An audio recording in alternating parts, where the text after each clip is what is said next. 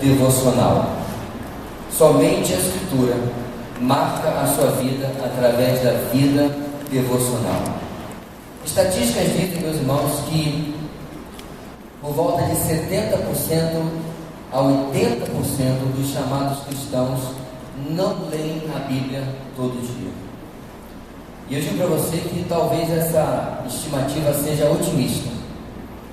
A Bíblia é um livro que dizemos ser a nossa regra de fé e prática, mas que muitas vezes lembramos dele na hora de ir para o culto, geralmente ao domingo.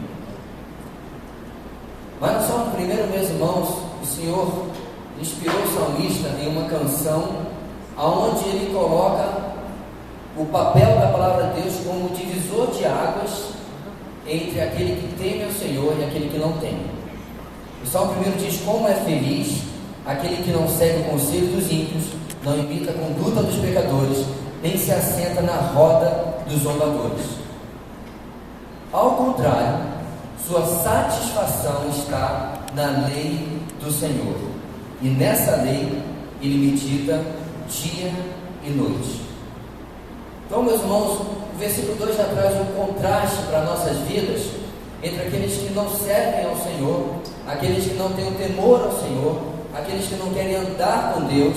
Talvez sejam boas pessoas, talvez sejam pessoas que gostam até de ajudar o seu próximo, ou talvez não. Mas o texto não vai tratar nem do seu caráter, nem da sua conduta, mas qual é a postura dele diante da palavra de Deus. E o texto fala que ele tem satisfação na lei do Senhor. Então a primeira coisa, meus irmãos, que destaca a vida desse que anda com Deus e aquele que não anda, é o desenvolvimento da satisfação nas coisas espirituais. Porque, meus irmãos, hoje nós somos chamados a atenção aos nossos sentidos, nossos olhos, nossos ouvidos, pelo mundo da tecnologia. São muitas luzes, são muitos efeitos especiais, são muitas coisas novas e modernas que atraem as nossas vistas, e competindo com tudo isso, nós temos a palavra de Deus escrita em um livro, ou pelo menos num programa, no aplicativo do seu celular, do seu tablet, mas é um livro, competindo com um mundo de tecnologia. Mas quando esse justo, quando essa pessoa que anda com Deus, começa a meditar na palavra de Deus de dia e de noite, não é porque inicialmente a sua satisfação estava na palavra, mas na verdade ela é desenvolvida pelo contato diário com a palavra. Ou seja, meus amados, nosso intuito nessa devocional é chamar a sua atenção sobre a sua rotina, sobre o seu dia a dia. Todo dia você, com certeza, lembra do seu almoço, todo dia você lembra do seu jantar, do seu café da manhã, antes de tudo isso. Você lembra, espera-se, dos seus banhos diários, do calor que a gente vive. Você se lembra de diversas coisas que são necessárias para a sua rotina. E muitas vezes, meus amados, o dia passa todo sem que nós paremos para separar o tempo com a palavra de Deus. Eu não vou pedir que você levante a sua mão, mas será que você está dentro desses 70% ou 80% dos que se identificam como cristãos e que não meditam na palavra de dia e de noite, assim desenvolvendo o seu gosto pelas coisas espirituais? Porque, meus irmãos, cada vez que nós convivemos mais com a palavra de Deus, ela vai aguçando os nossos sentidos, o nosso coração, para gostar das coisas espirituais, para nos aproximar das coisas que agradam a Deus e nos afastar das coisas do mundo. Mas o texto continua no versículo 3, que esse que é justo, porque medita na palavra de noite, ele também é como a árvore plantada à beira de águas correntes, dá fruto no tempo certo, suas folhas não murcham, tudo que ele faz prospera. A segunda lição, meus irmãos, lição tão conhecida, é que a nossa vida espiritual está produzindo, pela palavra, prosperidade espiritual. É interessante que essa é uma palavra que, nos pregadores comprometidos com a palavra de Deus dos nossos dias, causa um calafrio, não é verdade? Porque, infelizmente, a palavra prosperidade que está presente no Salmo 1, que está presente em Josué capítulo 1, o conselho de Deus para Josué foi: não deixe de falar as palavras deste livro da lei e de meditar nelas de dia e de noite, para que você cumpra fielmente tudo que nele está escrito. Ele termina: só então os seus caminhos prosperarão bem-sucedido.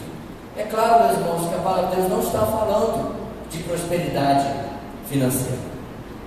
É claro que ela não está falando que, meditando na palavra, obedecendo, você pode contar que daqui a algumas semanas, ou mesmo um ano, você vai ter uma gorda conta bancária, que você vai mudar do seu bairro simples para um bairro chique, você vai trocar o seu carrinho 1.0 financiado em 72 prestações por um carro importado. A palavra de Deus não está falando isso. Mas aquele, meus irmãos, que gasta tempo com a palavra, para conhecer o coração de Deus, a mente de Deus, prospera espiritualmente. A sua vida é guiada pela palavra, as suas decisões são balizadas, são guiadas pela palavra de Deus. Ele tem uma sabedoria emprestada, que não é sua, mas que vem da palavra, para lhe abençoar em todos os seus caminhos. E aí no versículo 4, meus irmãos, o salmista volta de novo a considerar o contraste com aqueles que não fazem isso. Não é o caso dos ímpios. São como palha que o vento leva. Por isso, os ímpios não resistirão do julgamento, nem os pecadores na comunidade dos justos. Por quê? Versículo 6 termina: pois o Senhor aprova o caminho dos justos, mas o caminho dos ímpios leva à destruição. A terceira coisa, meus irmãos, que eu quero destacar neste salmo é que o contato diário com a palavra atrai a aprovação do Senhor sobre a nossa vida. Mas não, meus irmãos, porque Deus vai aprovar qualquer coisa que eu faça, mas porque a minha vida, as minhas decisões, a maneira como eu conduzo a minha família, a maneira como eu me porto no trabalho, a maneira como eu me porto na minha empresa, na sociedade, vai mudar. Há uma ilusão, meus irmãos, que nós precisamos encher Brasília de quantos políticos chamados evangélicos nós pudermos. Isso não resolve, não resolveu todos esses anos. Porque nós precisamos, meus irmãos, não apenas em Brasília, mas nos púlpitos, nos lares, como cabeça dos lares, de homens, de mulheres, tementes ao Senhor e que vivem a palavra de Deus. É isso que nós precisamos, irmãos. Eu quero convidar você, porque o nosso objetivo não é, com essa meditação, apontar para alguém lá fora, mas para mim, para ler a palavra de Deus contra mim, para que nós possamos fazer um exame sincero. Você acorda de manhã, eu não sei como é a sua vida, mas eu tenho um menino para levar na escola bem cedo, às vezes eu tenho trabalho para fazer até tarde, o telefone não para, tem gente me chamando na ligação, no SMS, no WhatsApp, no Messenger desse ou daquele programa, é o e-mail que chega, é o horário que já está na hora de buscar o menino na escola de novo, e o dia vai passando. Será que você tem separado tempo para estar com o Senhor, para estar com a sua palavra? Meus irmãos, o Senhor tomou cuidado para que a palavra de Deus não fosse extinta, por mais que ela tenha sido perseguida. Quando a máxima que dá o nome à nossa conferência foi forjada, junto com outras 4, na Reforma Protestante, a palavra de Deus estava sendo tolhida de chegar até o povo. Além do grego e hebraico, na qual idiomas nos quais ela foi escrita, ela estava traduzida no latim. E apenas o clero tinha acesso a ela. E, meus irmãos, o que os reformadores fizeram não foi de grande impacto os escritos que eles fizeram. Não foi de grande impacto os encontros que eles puderam ter promovido, mas foram traduzir a palavra de Deus para o chamado vernáculo popular. Por que Wycliffe foi perseguido? Porque levou a Bíblia para que o povo inglês pudesse ler. Por que Lutero foi perseguido? Porque levou a Bíblia para que o povo alemão pudesse ler. Por que Calvino foi perseguido? Porque levou a Bíblia para que os falantes do francês na França, na Suíça, pudessem ler. E assim por diante. Hoje, meus irmãos, nós temos a palavra de Deus em português em diversas traduções à nossa disposição. Ora, agora mesmo você pode pegar o seu celular e acessar a loja e baixar o aplicativo com a sua Bíblia. Algum tempo atrás eu tentei mandar as escrituras em chinês para um rapaz que eu evangelizava lá na China.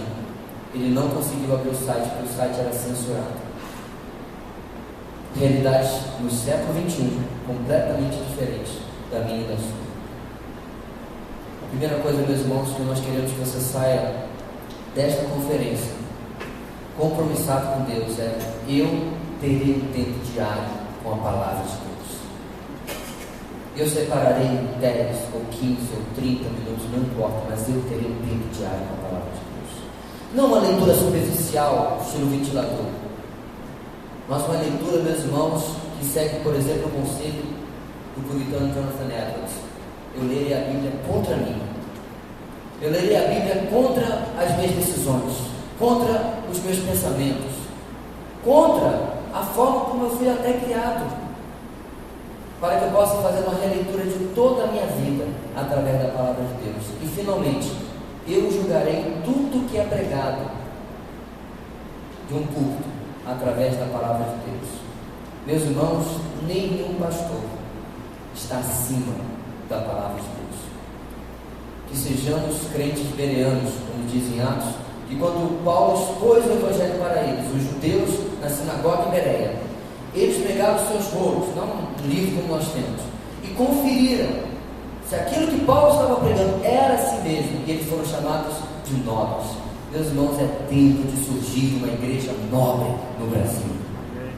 É tempo de surgir em todas as denominações uma igreja nobre, que consulta a palavra de Deus a cada dia.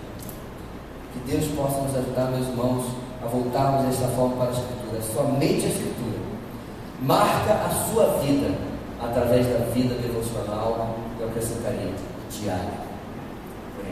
Deus querido, ajuda-nos a sair daqui com decisões tomadas, com propósitos renovados, diante daquilo que o Senhor está nos falando na Tua Palavra.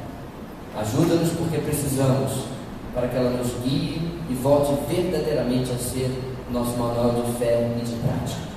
Em nome de Jesus nós oramos.